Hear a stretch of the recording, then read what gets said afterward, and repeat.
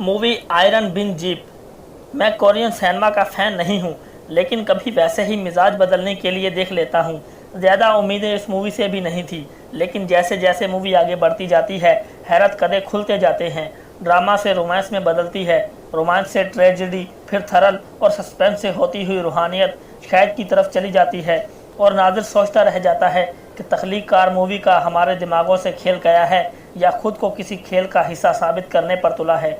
Film के आखिरी note पे अगर गौर करना चाहें, इस नज़रिए के तवील अरसे पहले नफ़ी के बावजूद अभी भी कहीं ना कहीं कुछ रद्दो बदल के साथ एक हामी भी मिलते हैं। जैसे एक बार एक दोस्त से गैर हकीकी और तस्वराती चीज़ों पर बहस हुई तो उसने बहुत खूबसूरत बात कही थी कि जो कुछ हम सोच सकते हैं एग्जिट करता है, कुछ फ़िलासफ़र उसके उलट जाते हैं। जो चीज़ें एग्जिट करती हैं, हम उनको नफ़ी और जमा करके रद्दो बदल के साथ सोच लेते हैं। मकसद ये है कि दुनिया के गैर हकीकी होने के बाद भी कई मायने हो सकते हैं। जैसा कि ये कहा जाता है कि हकीकत मुस्तकिल है और ख्वाब आर्जी, इसी तरह इस हकीकत से बढ़कर भी कोई हकीकत हो सकती है, जिसका जिक्र कुर्ब मौत के तजर्बे से गुजरने वाले अक्सर करते हैं। इस मूवी का अख्ताम भी तसव्वुर के हकीकत या हकीकत के तसव्वुर होने की कन्फ्यूज़न का इजहार है।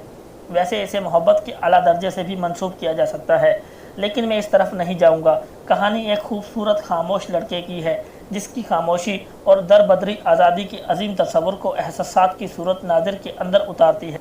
लड़का फास्ट फूड के ब्रोशर्स घरों के दरवाज़ों के हैंडल्स लगाता है और एक मखसूस मुद्दत के बाद जाकर जायज़ा लेता है। अगर किसी दरवाजे पे वो ब्रोशर लगा रह जाए तो लड़का अंदाज़ा कर लेता है कि मकीन गैर हाजिर हैं। घर में दाखिल होते ही फ़ोन पे वॉइस मैसेजेस सुनकर मकीनों की गैर हाजिरी की मुद्दत का अंदाज़ा लगाकर वो इस घर में कुछ वक्त गुजारता है। इस दौरान वो खाने पीने के अलावा किसी शय का नुकसान नहीं करता, बल्कि उसकी रीत है कि वो चंद कपड़े धोकर और घर के किसी एक नाकारा शय की दुरुस्तगी कर दे। एक रात वो ऐसे घर में दाखिल होता है जहां मालिक मकान की बीवी मौजूद होती है। लड़का अपने मखसूस काम दोहराते हुए उसकी नज़र में रहता है और कुछ वक्त के बाद वो उसे अपनी मौजूदगी का एहसास भी दिला देती है। उसके बाद कहानी कई पलटे खाती है। उनकी ज़िंदगी में वाक़यात होने वाले कई हादसात उन्हें एक दूसरे के करीब ले आते हैं। पूरी मूवी में चंद एक जुमले ही बोले गए हैं, जिनमें से एक भी मरकज़ी किरदार के हिस्से में नहीं आया, लेकिन मुझे वो बेज़बान नहीं लगा। मंजर निगारी को मैं बहुत नंबर दे दूंगा, लेकिन हकीकत और सादगी का अंसर नुमाया है। ख़ास तौर पर पोर्ट्रेट्स का इस्तेमाल, बाक्सर की तस्वीर और हर घर के कुछ नुमाया मनाजिर जो उनके मकीनों की माशी, माशरती और अज़वाजी ज़िंदगी की अक्कासी थे।